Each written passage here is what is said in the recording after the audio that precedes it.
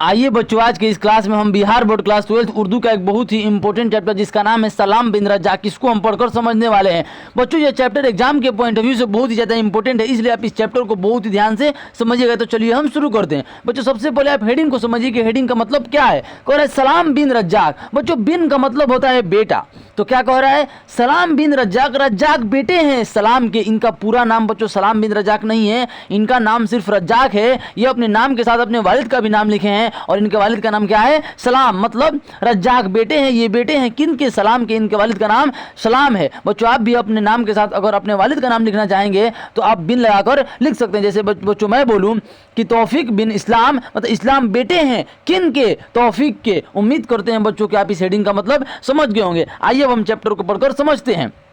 कह रहा है बच्चों सलाम बिन रज्जाक महाराष्ट्र के पनवेल में 15 नवंबर 1941 को पैदा हुए। ये कब पैदा हुए थे? 15 नवंबर 1941 को। फिर वही बात, आपको इसवी डेट तारीख याद नहीं रखना है, ये झुट्टों का दिमाग खराब करता है बच्चों। हाँ ये याद रखिए कि ये कहाँ पैदा हुए थे। ये महाराष्ट्र के पनवेल में पैदा हुए थे। बच्चों महाराष्ट्र में एक जगह का नाम है पनवेल। आपने गोलमाल कॉमेडी मूवी में देखा होगा, वो बोलता है कि अरे जल्दी बोल कल सुबह मुझे पनवेल निकलना है। तो पनवेल एक जगह का नाम है, कहाँ है? महाराष्ट्र में। तो वही कह रहा है सलाम बिन रज्जाक महाराष्ट्र के पनवेल में 15 नवंबर 1941 को पैदा हुए। इनकी तालीम डिप्लोमा इन एजुकेशन की है और बंबई म्यूनिसिपल कॉर्पोरेशन के स्कूलों से 35 बरस तक उस्ताद की हैसियत से मुतल्लिक होने के बाद 1999 में वह सुबकुदोश हुए। समझिए बच्चों क्या कह रहा है। कह रहा है कि ये कहाँ तक पढ़े थे, इनकी तालीम कहाँ तक थी? ये डिप्लोमा इन एजुकेशन के थे, मतलब बच्चों ये डीएलएड किए थे। बच्चों हम डीएलएड को डीएड भी बोलते हैं, डिप्लोमा इन एजुकेशन बोलिए या डिप्लोमा इन एलिमेंट्री एजुकेशन बोलिए, दोनों बातें सेम है। तो ये कहाँ तक पढ़े थे? डिप्लोमा किए थे, डिप्लोमा इन एजुकेशन के थे, डीएलएड किए थे। तो बच्चों जाहिर सी बात है अगर आप भी डीएलएड करते हैं तो आप शिक्षक ही तो बनिएगा, आप टीचर ही तो बनिएगा। तो ये भी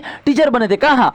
और बंबई म्यूनिसिपल कॉर्पोरेशन। बच्चों म्यूनिसिपल कॉर्पोरेशन का मतलब समझिए। बच्चों हमारे मुल्क हिंदुस्तान में 4 महानगर हैं। कौन कौन? मुंबई, दिल्ली, कलकत्ता और चेन्नई। बच्चों इन महानगरों में बच्चों जो इलाके होते हैं, जो छोटे छोटे इलाके होते हैं, उन पर वहां पर बच्चों सरकार डायरेक्ट तो नहीं आ सकती, इसलिए सरकार कुछ लोगों का समूह बना देती है, कुछ लोगों का ग्रुप बना देती है जो वहाँ उस इलाके में जाकर वहाँ की साफ सफाई, वहाँ के जो स्कूलें हैं वहाँ पर जाकर वो काम किया करते हैं। तो बच्चों लेकिन इनको फंड कौन करता है? इनको फंड सरकार ही देती है, इनको पैसा सरकार से ही मिलता है और ये जाकर वहां पर काम करते हैं। तो बच्चों बंबई म्यूनिसिपल कॉर्पोरेशन मतलब सरकार का ही एक अंग है municipal corporation. Bambai municipal corporation के स्कूलों से, मतलब सरकारी स्कूलों से 35 बरस तक उस्ताद की हैसियत से मुतल्लिक होने के बाद 1999 में बहुत सुबकुदोश हुए। इन्होंने 35 साल तक पढ़ाया, बच्चों को पढ़ाया और 1999 में ये सुबकुदोश हुए। सुबकुदोश का मतलब होता है बच्चों रिटायर हो जाना। सलाम बिन रज्जाक फिल वक्त बंबई में मुकीम है। फिल वक्त का मतलब होता है बच्चों अभी के वक्त में। ये अभी जिंदा है, आबे हयात है, इनकी मौत अभी नहीं हुई है। और ये कहाँ है? ये बंबई में मुकीम है। मुकीम का मतलब होता है रहना, ये बंबई में ही रह रहे हैं। 1964 में इनका पहला अफसाना शाये हुआ। बच्चों ये कहानी भी, ये टीचर तो थे लेकिन ये कहानी भी लिखा करते थे। तो 1964 में इनका पहला अफसाना शाये हुआ। शाये का मतलब होता है बच्चों पब्लिश। जब कोई नई किताब छप कर मार्केट में आती है तो उसी को हम बच्चों पब्लिश बोलते हैं, शाये बोलते हैं। तो कब हुआ था, कब शाये हुआ था इनका पहला अफसाना? 1964 में। नंगी दोपहर का सिपाही 1977, मुअब्बिर 1987 और शिकस्ता बूतों के दरमियान 2001 उनके अफसाने मजमूए। समझिए बच्चों क्या कह रहा है। बच्चों इनका एक अफसाना लिखा हुआ है जिसका नाम है नंगी दोपहर का सिपाही। बच्चों ऐसा टाइटल क्यों दिया? अगर आपके मन में प्रश्न है कि ऐसा टाइटल क्यों दिया गया तो सुनिए। बच्चों सिपाही का मिसाल दिया गया बच्चों इंसान से। नंगी दोपहर, जब बच्चों आप धूप में, जब गर्मी के दिनों में जब आप धूप में बाहर निकलते हैं बच्चों तो आपके ऊपर कोई साया नहीं होता है, कोई सहारा नहीं होता है। धूप सीधे ऊपर से आपके बदन पर पड़ती है। तो बच्चों इस कहानी में एक ऐसे इंसान का जिक्र किया गया है, एक ऐसे बेबस, एक ऐसे लाचार इंसान का जिक्र किया गया है जिसकी जिंदगी में वो लाचार है, बेबस है, मजबूर है, उसका कोई सहारा नहीं। वो सुबह से शाम तक काम करता है, मतलब वो दोपहर, जिस तरह दोपहर में बच्चों आप निकलते हैं तो आपके ऊपर कोई सहारा नहीं होता है, कोई साया नहीं होता है, उसी तरह एक मजदूर की जिंदगी है, वो उसके ऊपर कोई सहारा नहीं है। इसलिए इन्होंने अपने कहानी का टाइटल रखा नंगी दोपहर का सिपाही। ये कब शाये हुआ था? 1977 में। अगला है बच्चों मुअब्बिर। बच्चों मुअब्बिर का मतलब होता है रास्ता। कैसा रास्ता भैया? बच्चों जिंदगी और मौत का। जब आपने इस दुनिया में जन्म लिया और जब आपकी बच्चों मौत होगी तो जिंदगी और मौत के बीच में बच्चों जो फासला है, जो दूरी है, जो रास्ता है, उन रास्तों में बच्चों आप जो एहसास करते हैं, जो महसूस करते हैं, उन सभी एहसास को, उन सभी महसूसात को सलाम बिन रज़्ज़ाक़ एक कहानी के जरिए लिख दिए हैं और उस कहानी का नाम बच्चों मुअब्बिर रखें, क्योंकि ये रास्ता है और रास्ता को हम बच्चों मुअब्बिर बोलते हैं। और ये शाये हुआ था 1987 में। और शिकस्ता बूतों के दरमियान बच्चों समझिए, शिकस्ता बूतों के दरमियान बच्चों ये जो अफसाना है, जो कहानी है, अपने वक्त की वन ऑफ द टॉप कहानी थी। जब ये कहानी मार्केट में आई थी तो भूचाल मचा दिया था इसने। बच्चों आप कहेंगे कि ऐसा इस कहानी में क्या है कि इसने भूचाल मचा दिया था? बच्चों इसको ये इतनी फेमस हुई थी तो इसको साहित्य अकादमी अवार्ड से नवाजा गया था। बच्चों आप आगे पढ़ेंगे कि साहित्य अकादमी अवार्ड इस कहानी के लिए इनको मिला था। बच्चों तो इस कहानी में ऐसा क्या है बच्चों, बहुत कुछ है, बहुत कुछ है जिससे हमें सीखने को मिलेगा, जिससे हम अपनी ज़िंदगी को आसान बना सकते हैं, अपनी ज़िंदगी को हम समझ सकते हैं। तो बच्चों सुनिए कि इस कहानी में क्या है। बच्चों ये कहानी असल है, इन्होंने असल एहसासात पर जो महसूस किया उस पर इन्होंने ये कहानी लिखा और इसका टाइटल रखा शिकस्ता बूतों के दरमियान। जब मैं आपको कहानी समझाऊंगा तो आप खुद ब खुद बता देंगे बच्चों कि इस नाम का मतलब क्या है। बच्चों एक वक्त की बात है बच्चों की सलाम बिन रज़्ज़ाक़ सुनसान रास्ते पर तनहा जा रहे थे। बच्चों चलते चलते अचानक उनकी नज़र एक खंडहर पर पड़ती है। वो देखते हैं कि उस खंडहर में इधर उधर पत्थर बिखरे पड़े हैं। वो सोचते हैं कि इन पत्थरों को करीब से जाकर देखा जाए। हाँ बच्चों, इंसान की फितरत होती है, जब वो कोई चीज़ एबनॉर्मल देखता है तो सोचता है कि मैं उसे करीब से जाकर देखूं। तो ये सोचते हैं कि इन पत्थरों को मैं करीब से जाकर देखूं कि ये पत्थर कैसे हैं। जब वो उन पत्थरों के करीब जाते हैं तो देखकर हैरान हो जाते हैं। वो क्या देखते हैं कि ये पत्थर नहीं है बल्कि ये मूर्ति हैं। किसी के हाथ टूटा हुआ है तो किसी का पैर, किसी का बच्चों मुंडी अलग है तो किसी के पूरे शरीर पर दरारें पड़ी हुई हैं। बच्चों ये सब देखकर वो बहुत हैरान होते हैं और कुछ समय के लिए बच्चों शांत हो जाते हैं और सोचते हैं कि बनाने वाले ने कितने लगन से इनको बनाया होगा। हुनरकारों ने, फनकारों ने कितने लगन से इनको बनाया होगा। संग तराशों ने, संग का मतलब होता है बच्चों पत्थर, और तराशना का मतलब होता है कटिंग शटिंग करना, मतलब पत्थर को काट छाट कर उसको मूर्ति का शक्ल देना ही संग तराश कहलाता है। संग तराशों ने कितनी मोहब्बतों से इनको तराशा होगा और इन्हें मूर्ति की शक्ल दिया होगा। जब ये बनकर तैयार हुए होंगे तो ये बहुत ही लोग इसे पसंद करते होंगे, लोग इसके सामने सर झुकाते होंगे, इसका इबादत करते होंगे। लेकिन एक वक्त के बाद, एक लिमिटेड टाइम के बाद ये मिट्टी में आज दफन है, वक्त ने इनको मिट्टी में दफन कर दिया है। तो बच्चों वहीं पर खड़े होकर वो कहते हैं कि ये मूर्ति, इंसान जो कुछ भी करता है वो एक लिमिटेड समय के लिए करता है। एक वक्त के बाद लोग उस पर ध्यान नहीं देते हैं, लोग उसको नज़रअंदाज कर देते हैं। तो बच्चों लेकिन कह रहे हैं कि एक चीज़ है जो कभी खत्म नहीं होती है बच्चों, हर चीज़ समय के साथ खत्म हो जाती है, समय के साथ लोग उस पर ध्यान देना छोड़ देते हैं। लेकिन बच्चों एक चीज़ है जो हमेशा बरकरार रहती है और वो है हुनर। बच्चों वो कहते हैं कि ये मूर्ति टूटी हुई तो है, लेकिन ये टूटी हुई मूर्ति इस बात का सबूत है, यह कह रही है कि मैं हुनरकारों के मैं हुनर का सबूत हूँ। हुनरकारों ने मुझे बहुत ही लगन से बनाया है, अपना हुनर मुझ में डाला है। बच्चों वही कहा जाता है कि हुनर कभी फना नहीं होती। इसलिए तो बच्चों कहा जाता है कि फन कभी फना नहीं होता है। फन का मतलब होता है कला और फिना का मतलब होता है खत्म हो जाना। कला कभी भी खत्म नहीं होता है बच्चों। इसलिए सरकार भी कहती है कि आप स्किल बेस्ड पढ़ाई कीजिए। स्किल का बेस्ड मतलब आप कोई हुनर सीखिए, आप कला सीखिए। आपके मम्मी पापा भी बोलते होंगे कि आप कोई हुनर या कला सीखिए। तो बच्चों खाली रटिए मत, हुनर कला सीखना बच्चों बहुत जरूरी है। अब आप कहेंगे कि हुनर कैसे नहीं खत्म होता है, तो बच्चों समझिए, मान लीजिए आपके पिताजी के पास कोई हुनर है और पिताजी बच्चों आपको वो हुनर सिखा दिए। जब आपके पिताजी इस दुनिया से गुजर जाएंगे, इस दुनिया से चले जाएंगे, तो हुनर बच्चों आप में आ गया, तो बताइए हुनर खत्म हुआ? नहीं। इसलिए बच्चों फन कभी फेना नहीं होता है। स्किल बेस्ड पढ़ाई बच्चों बहुत जरूरी है। रटन विद्या कभी भी काम में नहीं आती, दुनिया में स्किल का ही मांग है। तो वही इसलिए बच्चों आज ये बात हो रहा है बच्चों, हम आज के ज़माने में बात हो रहा है। इन्होंने यह कहानी 2001 में ही लिख दिया था। मतलब शिकस्ता बूतों के दरमियान ये कहानी बहुत ही फेमस थी, इसलिए इनको साहित्य अकादमी अवार्ड दिया गया था। इनकी दूरदर्शिता को दर्शाता है बच्चों शिकस्ता।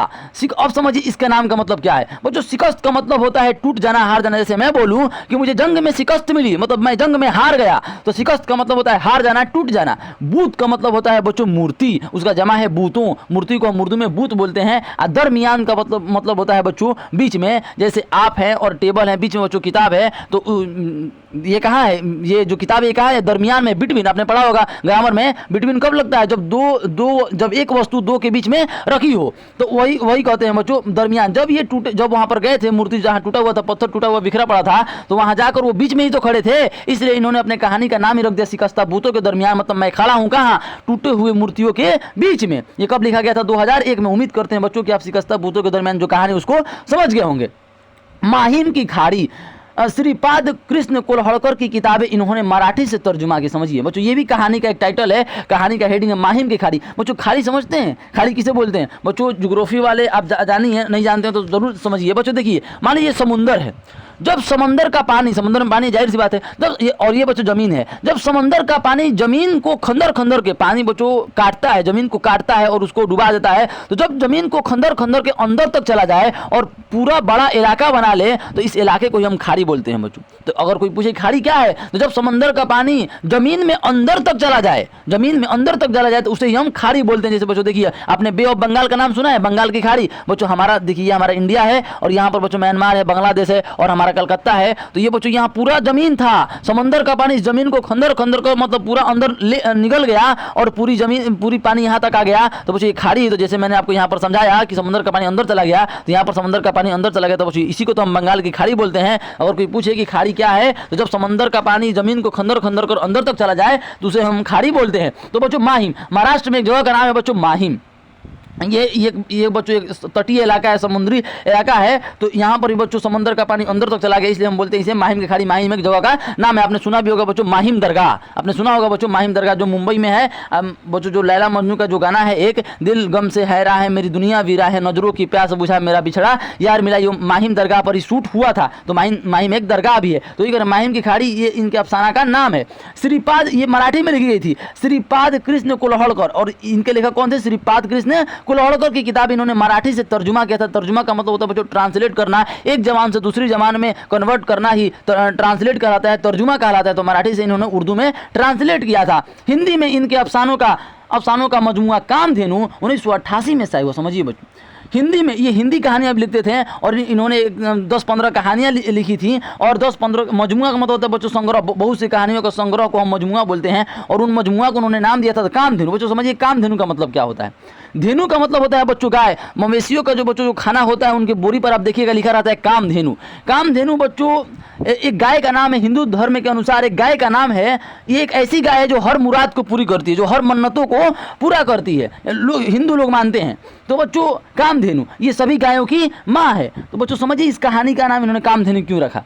बच्चों इस कहानी में इन्होंने जिक्र किया है बच्चों, मैं एक बात पॉइंट आउट कर दूं कि अक्सर वैसी कहानियां लिखते थे और मतलब जो समाज में जो लोग समाज से बिछड़ चुके हैं, जो गरीब हैं, जो मजदूर हैं, जो मजबूर हैं, उन पर ये कहानियां लिखते थे। ये हाईटेक लेवल की कहानी नहीं लिखते थे, अमीरों के लिए कहानी नहीं लिखते थे, बल्कि समाज की असल सच्चाई जो है, हमारे मुल्क में सबसे ज़्यादा गरीब रहते हैं उन पर ये कहानी लिखते थे। तो इसमें ये दिखाए हैं कामधेनु कहानी में कि एक मजदूर, एक बेबस इंसान का जो ख्वाब होता है वो ख्वाब बनकर ही रह जाता है। एक बेबस आदमी, एक लाचार आदमी अपनी ज़िंदगी में बच्चों बहुत से ख्वाब देखता है, लेकिन वो सुबह से शाम तक काम करते करते ही थक जाता है, वो अपने ख्वाब को कभी पूरा नहीं कर पाता। उसके ख्वाब कामधेनु गाय की तरह हैं। जिस तरह यह गाय असल ज़िंदगी से इसका कोई वास्ता नहीं है, सिर्फ लोगों की मान्यताएं हैं कि ऐसी गाय है, ऐसी गाय दुनिया में एग्जिस्ट नहीं करती है, लोगों की मान्यताएं हैं, लोगों का सपना है, कल्पना है। उसी तरह मजबूर लाचार बेबस इंसानों का सपना हमेशा सपना ही बनकर रह जाता है, वो कभी हकीकत नहीं होता है। तो इसलिए इन्होंने इसका अफसाना का नाम रखा कामधेनु। कामधेनु बच्चों एक गाय का नाम है।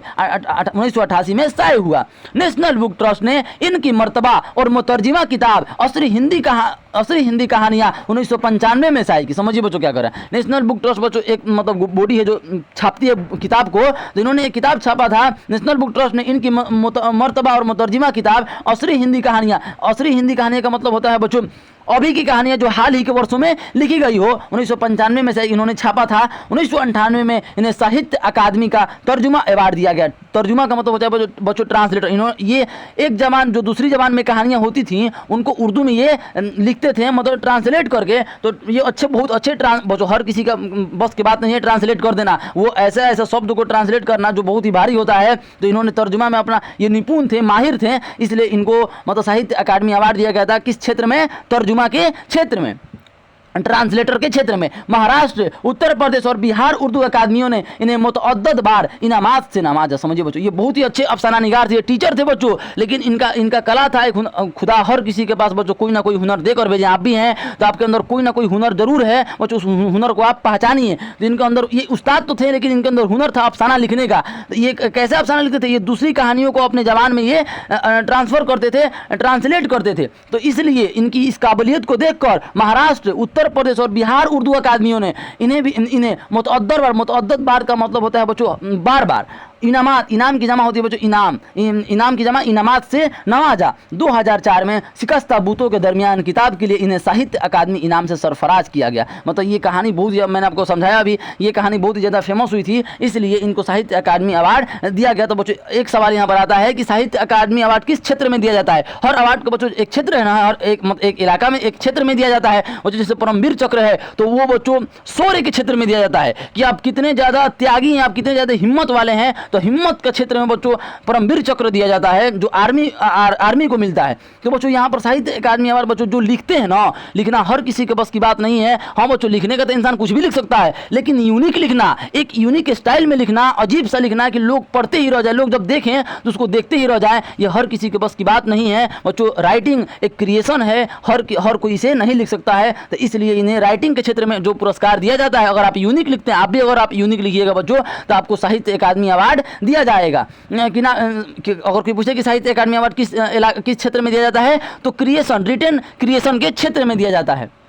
जदीद के बाद, जदीदियत मतलब बच्चों आधुनिकता, मॉडर्न, अभी जो मॉडर्नाइजेशन बच्चों चल रहा है ना अभी के वक्त में, जदीदियत के बाद हम असर अफसाने की जो नई नस्ल हमारे सामने आई, इसमें सलाम बिन रजाक सबसे मोतबर लिखने वाले तस्लीम किए जाते हैं। मोतबर का मतलब होता है सबसे जानकार बच्चों। मतलब कह रहे हैं कि आज के जो अफसाना निगार हैं, जो आज के ज़माने में जो कहानी लिख रहे हैं, तो ऐसा नहीं है कि ये जो कहानी लिख रहे हैं वो सलाम बिन रजाक से अच्छे लिख रहे हैं, नहीं, ये सलाम बिन रजाक से अच्छे नहीं लिख रहे हैं। सलाम बिन रजाक जो कहानी लिख दी है वो आज भी लोग पढ़ते हैं और उनको देखकर सीखते हैं और कहानी लिखते हैं। तो वही कह रहे हैं जदीदियत के बाद हम असर अफसाने की जो नई नस्ल, जो नए लोग, नई नस्ल का मतलब नए लोग, जो नए लोग हमारे सामने आए हैं, जो कहानी को लिख रहे हैं, इसमें सलाम बिन रजाक सबसे मोतबर का मतलब होता है बच्चों सबसे यूनिक, सबसे अभयनिष्ठ, सबसे उत्तम लिखने वाले तस्लीम किए जाते हैं। मतलब ऐसा नहीं है कि ये सिर्फ पुराने ज़माने में लिखते थे तो ये मतलब इनकी वैल्यू सिर्फ पुराने ज़माने में नहीं, आज के ज़माने में भी इनकी वैल्यू बहुत ज़्यादा है। उसी तरह बच्चों गानों की तरह जो गाने बन चुके हैं उसको इंसान जब भी सुनेगा, 2050 में भी सुनेगा तो उसकी तारीफ ही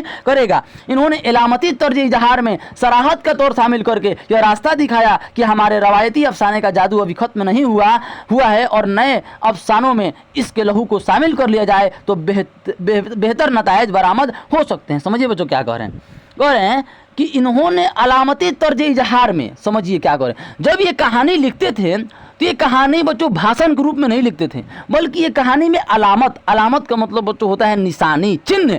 ये कहानी में चिन्हों का, निशानियों का प्रयोग ज़्यादा करते थे। ये मतलब जैसे बच्चों निशानी होता है, जैसे मुहावरा बच्चों निशानी, जैसे मैं बोलूँ उल्टा चोर कुतवाल को डांटे, जैसे कोई अगर गलती करता है और साथ में आप ब्लेम आप पर लगाता है तो आप उसको बोलेंगे ना उल्टा चोर कुतवाल को डांटे, तो बच्चों यही तो अलामत है, यही तो बच्चों निशानी है। मुहावरा जो है बच्चों कहावतें हैं, ये अलामत होती हैं। तो ये अपनी कहानी में मुहावरों और कहावतों का ज़्यादा इस्तेमाल करते थे। बच्चों कहा भी जाता है कि मुहावरे और कहावतें अगर आप अपनी ज़बान में इस्तेमाल कीजिएगा तो आपकी भाषा ज़्यादा इफेक्टिव मानी जाएगी। और जैसे बच्चों आप लोग बोलते हैं आजकल यू नो आई मीन के बाद आप शांत हो जाते हैं, मतलब इसके आगे आपके पास शब्द ही नहीं है कि आप बोलिएगा। बच्चों अगर शब्द नहीं रहेगा तो आप सोच नहीं पाइएगा। शब्द ही सोचने का रास्ता है। जिस तरह मुंबई से दिल्ली जाने का रास्ता सड़क है, दूसरी तरह बच्चों सोचने का जो रास्ता है वो शब्द है। अगर शब्द नहीं रहेगा तो आप सोच नहीं पाइएगा। तो वही कह रहे हैं इन्होंने अलामती तौर, ये अपनी कहानी में अलामत का इस्तेमाल करते थे, मुहावरों कहावतों का इस्तेमाल करते थे बच्चों। तो अलामत अपने बच्चों बोलचाल की भाषा में आप जरूर से जरूर मुहावरों का इस्तेमाल कीजिए। जैसे मैंने आपको बोला ना उल्टा चोर कुतवाल को डांटे, जैसे बच्चों जो कोई बुरा काम करता है तो आप बोलते हैं अगर आप बबूल का पेड़ बोइएगा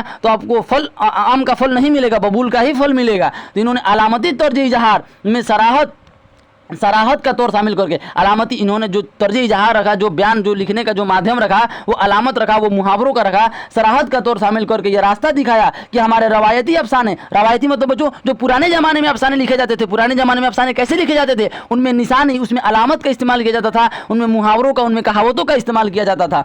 रवायती अफसाने का जादू अभी खत्म नहीं हुआ है और नए अफसानों में इसके लहू को शामिल कर लिया जाए तो बेहतर नतायज बरामद हो सकते हैं। सुनिए ये क्या कह रहे हैं कि अगर आज के जो लोग अफसाने लिख रहे हैं और उन अफसानों में बच्चों भाषण को ज़्यादा ना लिखकर अगर मुहावरों अगर कहावतों को ज़्यादा इस्तेमाल में लाएं तो वो चीज़ें ज़्यादा इफेक्टिव मानी जाती हैं बच्चों। एकदम 110% बच्चों सच है कि मुहावरे और कहावतें बहुत ज़्यादा इफेक्टिव होती हैं। अगर उन कहावत अधजल गगरी छलकत जाए, अगर कोई कम जानता है और ज़्यादा बोल रहा है तो बच्चों उसको बोलिए अधजल गगरी छलकत जाए, मतलब जानते जिस घड़ा में जल आधा भरा हो वही ज़्यादा छलकता है, जो घड़ा पूरा भरा वो ज़्यादा छलकता नहीं है। तो ये सब बच्चों अलामत है, ये सब निशानी है, इससे बातें ज़्यादा इफेक्टिव मानी जाती हैं। जो रवायती अफसाने अफसाने, ये रवायती अफसाने में मतलब पुराने ज़माने में जो अफसाने लिखे जाते थे उनमें अलामत का, उनमें मुहावरों का, उनमें कहावतों का इस्तेमाल किया जाता था। रवायती अफसाने का जादू अभी खत्म नहीं हुआ है और नए अफसानों में इसके लहू को मतलब कहानी मतलब मुहावरों को शामिल कर लिया जाए तो बेहतर नताए बरामद हो सकते हैं, मतलब अच्छे से अच्छे और अच्छा से अच्छा कहानी लिखा जा सकता है अगर आप मुहावरों का इस्तेमाल करेंगे। लेकिन हमारी ज़बान में बच्चों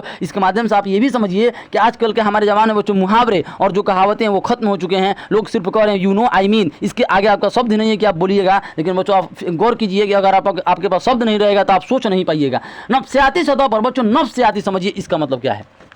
बच्चों जिस तरह विद्या अब प्लस आल है, क्या होता है बच्चों? विद्यालय। आपने संधि विच्छेद पढ़ा होगा, मैं उम्मीद करता हूँ। विद्यालय होता है ना बच्चों, विद्या प्लस आले विद्यालय। तो उसी प्रकार बच्चों नफ्स होता है ना, नफ्स प्लस एहसासात बच्चों मिल के हो जाता है नफ्सियात। जो यहाँ पर लिखा है बच्चों, देखिए यहाँ पर बच्चों नफ्सियात लिखा है, तो नफ्स प्लस एहसासात। नफ्स का मतलब होता है बच्चों दिल, नफ्स का मतलब दिलो दिमाग। एहसासात का मतलब समझते हैं बच्चों फीलिंग, मतलब दिल और दिमाग के अंदर जो फीलिंग है उसी को बच्चों हम नफ्सियात बोलते हैं। आपने साइकोलॉजी का नाम सुना है, PHY साइकोलॉजी। बच्चों क्या है? नफ्सियात है। साइकोलॉजी को हम उर्दू में नफ्सियात बोलते हैं। साइकोलॉजी में आप क्या पढ़ाई करते हैं? दिलो दिमाग की तो पढ़ाई करते हैं कि एक इंसान क्या सोचता है, अंदर उसके अंदर क्या सोच है, क्या विचार है। तो नफ्सियात दिलो दिमाग की जो एहसासात है, दिलो दिमाग की जो फीलिंग है वही कह रहे हैं बच्चों। दिलो दिमाग नफ्सियाती सतह पर अपने किरदारों के दाखिल में उतरने की बेपनाह सलाहियत सलाम बिन रज्जाक में मौजूद है। बहुत ही डीप बात है बच्चों, समझिए क्या कह रहे हैं कि ये जो कहानी लिखते हैं ये ऊपर नहीं लिखते हैं। उदाहरण के तौर पर जैसे बच्चों मान लीजिए एक इंसान बारिश में भीग रहा है, तो अगर साधारण अगर कोई इंसान हो तो वो कहेगा कि देखो पागल है, बारिश में भीग रहा है। लेकिन बच्चों अगर सलाम बिन रज्जाक, क्योंकि डीप लिखते थे, अगर देखेंगे तो उसको कहेंगे कि नहीं जरूर इसके पास कोई टेंशन है, जरूर इसका दिल टूटा हुआ है या ये बहुत ही मजबूर है, इसलिए इसको ये भी ख्याल नहीं है कि बारिश हो रही है, मुझे छाता ओढ़ लेना चाहिए। तो इसको ये ख्याल नहीं है, ये डूबा हुआ है अपने ख्याल की दुनिया में। तो ये उस जो किरदार है, वो जो लोग हैं उनके अंदर घुस कर लिखते थे बच्चों। आप अपने आप बच्चों उदाहरण लीजिए। जैसे बच्चों आप हैं, आप कहते हैं कि अगर मान लीजिए आपका कोई दोस्त है और ये आप हैं, आप इससे कहते हैं कि तुम मुझे नहीं समझते हो। आपका ये बहुत ही क्लोज फ्रेंड है और आप इससे कहते हैं कि तुम मुझे समझते नहीं हो, तुम मेरी बातों को नहीं समझते हो। मतलब आप इनडायरेक्ट कहना चाहते हैं कि तुम मेरे दिलो दिमाग की बातों को समझते नहीं हो, मेरे अंदर जो भावनाएं हैं उसको तुम समझते नहीं हो। तो बच्चों इंसान भी सोचता है कि अगर कोई मेरा दोस्त है, अगर कोई मेरा यार है तो मेरी अंदर की भावनाओं को समझे, मेरी साइलेंस को पहचाने, मेरी खामोशी को पहचाने। क्योंकि अगर जो इंसान आपकी खामोशी को पहचानता है बच्चों वही सबसे अच्छा दोस्त है। तो आप अपने दोस्त से क्या उम्मीद रखते हैं कि वो मेरी खामोशी को पहचाने, मतलब मैं बोलूं नहीं, वो मेरे अंदर दिलो दिमाग के बात को समझ ले कि मैं क्या सोच रहा हूं और मैं क्या चाह रहा हूं। तो वही बच्चों और नफ्सियाती ये जो लिखते थे तो ये मतलब किरदार के अंदर घुसकर लिखते थे कि वो क्या चाहता है, उसकी डिमांड क्या है। नफ्सियाती सतह पर, अभी मैंने आपको नफ्सियाती का मतलब समझाया, नफ्सियाती सतह पर अपने किरदारों के जो किरदार है जिस पर ये कहानी लिखते थे दाखिल में मतलब अंदर घुसकर, दिलो दिमाग में घुसकर दाखिल में उतरने की बेपनाह सलाहियत, ये सलाहियत बच्चों हर किसी में नहीं होता है। हर कोई आपको बच्चों नहीं पहचानता होगा, कोई कुछ ही आपके फ्रेंड होंगे जो आपके दिलो दिमाग की बात को जानते होंगे। तो ये जो अफसाना निगार है सलाम बिन रज्जाक, ये किरदार के अंदर की बात को समझ लेते थे और ये अपने कहानी में लिखते थे। उसी तरह बच्चों अगर कोई साधारण इंसान रहता तो उस मूर्ति को देखता तो चुपचाप मूर्ति को देखकर वो वहां से चला जाता, लेकिन वो मूर्ति को देखे तो वहां से इन्होंने क्या बताया कि हुनर बहुत ज्यादा जरूरी है। तो वही उसी प्रकार बच्चों बेपनाह सलाम बिन रज्जाक में मौजूद है। इनके अक्सर व बिस्तर किरदार हमारे आसपास की जिंदगी में मौजूद है। ये ऐसा नहीं है कि हाईटेक लेवल की कहानी लिखते हैं, नहीं, आसपास के लोगों को उठाकर उस पर कहानी ये लिख देते हैं। जैसे पत्थर पड़ा हुआ है उस पर ये कहानी लिख दी है और ये बहुत ज्यादा फेमस हो गई। कमजोर और मुश्किल हालात में फंसे इंसानों के ती बच्चों तई नहीं ती, इनका झुकाव उनके आवाम दोस्त फिक्र का गुम्माज है। समझिए बच्चों ये क्या कह रहे हैं कि ये जो कहानी लिखते थे कमजोर और मुश्किल, जो कमजोर लोग हैं जो मुश्किलों में फंसे हुए हैं उन इंसानों पर ये कहानी लिखते थे और उनके प्रति इनका झुकाव, ती मतलब होता है बच्चों प्रति, उनके प्रति इनका झुकाव बहुत ज्यादा है। और ये झुकाव ही ये दिखाता है कि ये कितने आवाम दोस्त थे। आवाम दोस्त का मतलब, आवाम का मतलब पब्लिक और दोस्त का मतलब बच्चों फ्रेंड, मतलब ये पब्लिक के ही दोस्त थे। और पब्लिक ज्यादातर बच्चों ज्यादातर अमीर थोड़ी ना है, ज्यादातर गरीब ही और मिडिल क्लास लोग ही तो रहते हैं। वही कह रहे हैं कि इनके झुकाव आवाम दोस्त फिक्र का गुम्माज है, एक टावर है ये और उन लोगों के लिए प्रेरणा है। सलाम बिन रज्जाक के यहाँ ऐसे किरदारों पर अच्छी खासी तवज्जो है जिनके साथ कुदरत या हालात ने इंसाफ नहीं किया बच्चों। हाँ, बहुत से लोग होते हैं बच्चों जिनके अंदर कला तो होती है, लेकिन उनके साथ बच्चों इंसाफ नहीं किया जाता है। उनके साथ इंसाफ इसलिए नहीं किया, जैसे बच्चों समझिए उदाहरण के तौर पर मान लीजिए बच्चों कोई कलाकार है, तो अगर बच्चों यूट्यूब ने बहुत ही अच्छा साधन दिया कि एक प्लेटफॉर्म दिया, कोई भी इंसान अगर उसके अंदर एक यूनिक कला है, हुनर है, तो अपनी वीडियो यूट्यूब पर अपलोड कर सकता है, लोगों को पसंद आएगा, बहुत से लोग बच्चों फेमस हो भी हैं। तो पहले बच्चों ऐसा नहीं था, अगर किसी के अंदर हुनर है और कोई कलाकार अच्छा है तो उसको बॉलीवुड जाना पड़ता था, मुंबई जाना पड़ता था, वहां पर जाके वहां पर बच्चों फिर घूमना पड़ता था, तो कितने सालों के बाद उसे काम मिलता था। लेकिन आज ऐसा नहीं है, यूट्यूब ने बहुत ही आसान कर दिया है। तो उसी तरह बच्चों पहले जमाने में बहुत से हुनर दब कर रह जाते थे। एक बच्चा है बहुत गरीब है लेकिन पढ़ने में बहुत ही ज़्यादा होशियार है और वो बहुत उसका दिमाग तेज है, लेकिन बच्चों क्या कीजिएगा, गरीबी जो ना करवा दे तो वो स्कूल नहीं जा पाता है और उसका जो हुनर है, उसका जो कला है वो दब कर ही रह जाता है। तो ऐसे लोगों पर ही वो कहानी लिखा करते थे। इनकी ज़िंदगी का हर सिरा उलझ गया है और वैसे लोग जिनका ज़िंदगी का हर सिरा, जैसे मजदूर हैं बच्चों, सुबह से लेकर शाम तक काम करते हैं और बच्चों शाम में आते हैं तो घर में अगर कोई उठपटांग हो जाता है तो बच्चों उलझे ही तो हैं बेचारे। अगर वो तो दिन भर काम कर रहे हैं, शाम में अगर घर में ही सुकून ना मिले, तो वैसे लोगों पर, उनकी ज़िंदगी पर यह कहानी लिखा करते थे बच्चों। वक्त के जबर से वो अजीबुल खलकत हो गए हैं। अजीबुल खलकत का मतलब अंधेरे में चले गए हैं, वक्त ने उनको अंधेरे में धकेल दिया, लेकिन हैं वो बच्चों हुनरकार।